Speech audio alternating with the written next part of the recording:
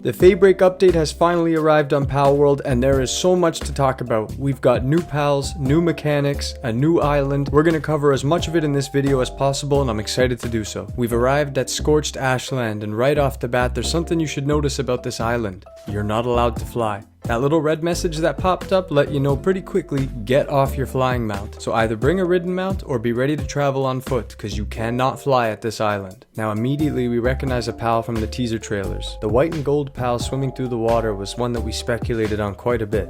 And now we've got a name for him, Gildan. Gildan is the first pal I've encountered here, and he's level 50 plus. This island is gonna whoop your ass if you allow it to. Now it's important to know you don't have to be a max level player to enjoy this island.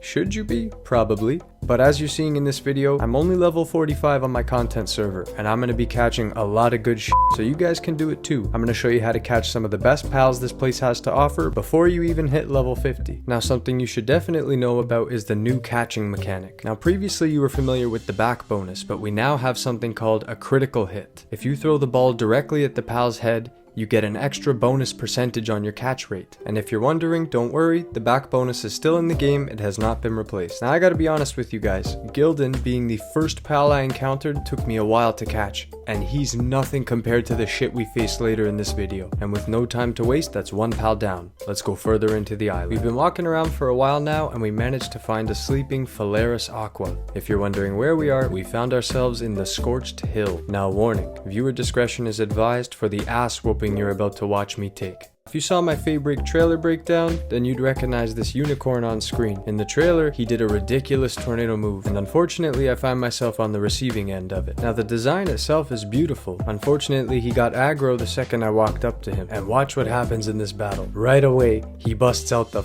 tornado move from the trailer. I hate this damn thing, it gives me traumatic flashbacks to battling Bellanor. So I quickly realized Frostallion might not be the way to go, and start shitting my pants because there's two of them. Now at this point I'm sprinting away because I know I've got no shot against these fucking things. But I turn around to check and realize both of the unicorns are battling another new pal we've yet to see, Prunelia. This is what I mean when I say this island gets crazy. Not even 20 minutes into my experience on the map and we see a battle like this. This is a rude awakening for this FEYBREAK update. We haven't even scratched the surface of the new content, and we're already witnessing level 50 plus pals ripping each other apart while also trying to kill us. Don't expect any easy catches on this island because it's not gonna happen. As for this scenario, it ends exactly how you think it does. Missy, come here, you fat mouth little stupid bitch.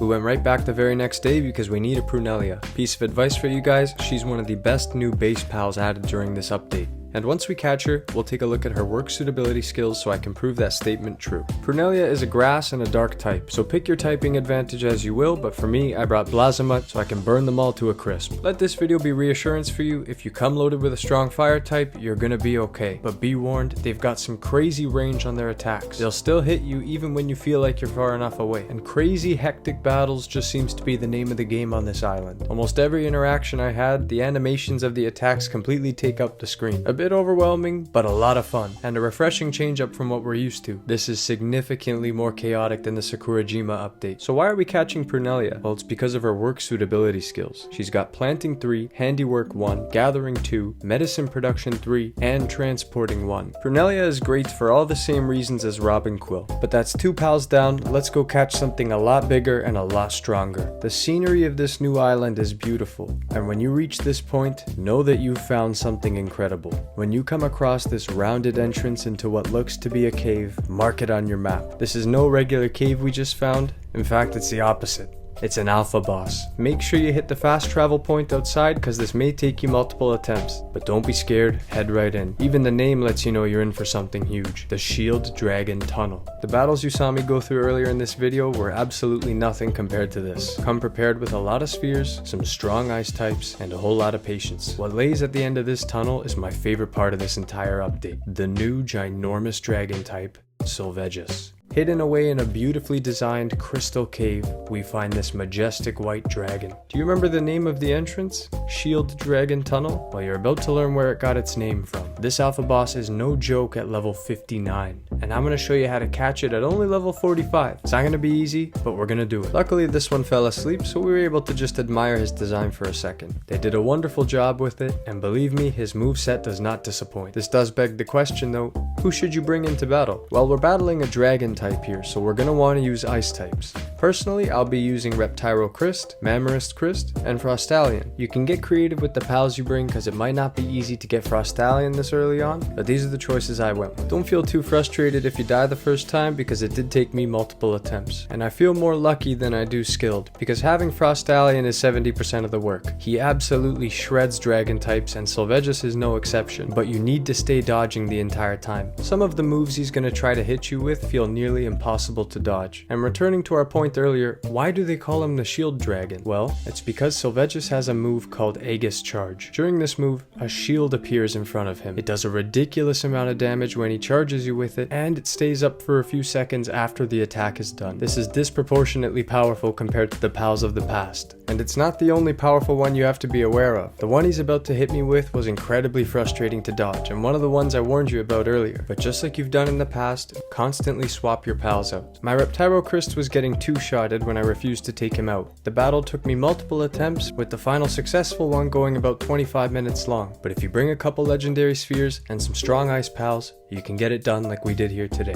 And I think he's well worth your time. Sylvegus is everything I hope for when I hear powerful pals are being added to the game, and I think you should all jump on the chance to go catch him. We're going to continue exploring the island and catching more pals in a part 2 of this FEYBREAK video, because for now I want to explore the new mechanics and items that have been added to the game. And we have to start with one of the more game-changing additions, the guild chest. This can be found at level 40, and if you want a quick way to understand its function, it's an ender chest for Palworld. You can quickly transfer items between bases simply by having a guild chest. I love this addition. I think it's going to be incredibly useful for us, and I know there's been many times where the weight limit has stopped me from transferring mass amounts of resources between bases. Well, they've now given us a solution, and they give you a considerable amount of space too. There's tons of slots to put a shit ton of items, so use it wisely. I'd like to shift focus to an even cooler addition that I think is going to change everything about your playing experience, and it comes much earlier on. At level 15, you can now unlock the PAL Expedition Station, and the description reads as follows: a facility that allows pals to be sent on an expedition to places like dungeons. The dispatched pals engage in battles and gather items, bringing back resources to the base. You heard it correctly, you can now have your pals farming resources from the dungeons while you're doing completely different tasks. This includes pal souls, spheres, and all the other items that can be found in the dungeons, including the rare slabs needed to summon raid bosses. Fair warning, this is another one of those massive builds that you gotta clear some space for. Luckily my third base wasn't too occupied, so I was able to put this thing down no problem. And I actually quite like the design that they went with. The idea that your pals are actually going underground is pretty cool to me. Now let's take a look at how it actually functions. When you click on the PAL Expedition Center, you're going to be given a list of all the available dungeons you can send your pals to. You unlock these dungeons by defeating different tower bosses around the map. As you can see on this server, I've only defeated a couple of the towers, so I can only choose from a couple of dungeons. But the further you progress, the better dungeons you can send them to, and the more high rarity items you can chase. But make no mistake about it, this is valuable for players of every stage of the game. As for the pals you're selecting, each dungeon will have a recommended pal type that you should select. In my case, it's telling me to use at least 15 grass types, so I'm going to sprinkle those in with all of the Anubis I've chosen. And once you've selected your pals, this is where the fun begins. Every single pal that you just selected is now running down into the mine from your base. I think it's a great touch, it adds fun to the whole experience, and from what I've heard, you can send up to 100 pals per expedition, and the rewards that they bring back are actually useful. Being able to focus on other tasks while your pals farm these resources for you is huge, especially when you're not in the mood to go farm dungeons yourself. Let's take a look at what my pals brought back. A Bella Noir slab, which is incredibly useful. Getting a few spheres is always helpful. Ancient civilization parts. This is a fantastic addition to the game, and it's going to help you regardless of which stage you're at. And that just about does it for part 1 of our FEYBREAK breakdown.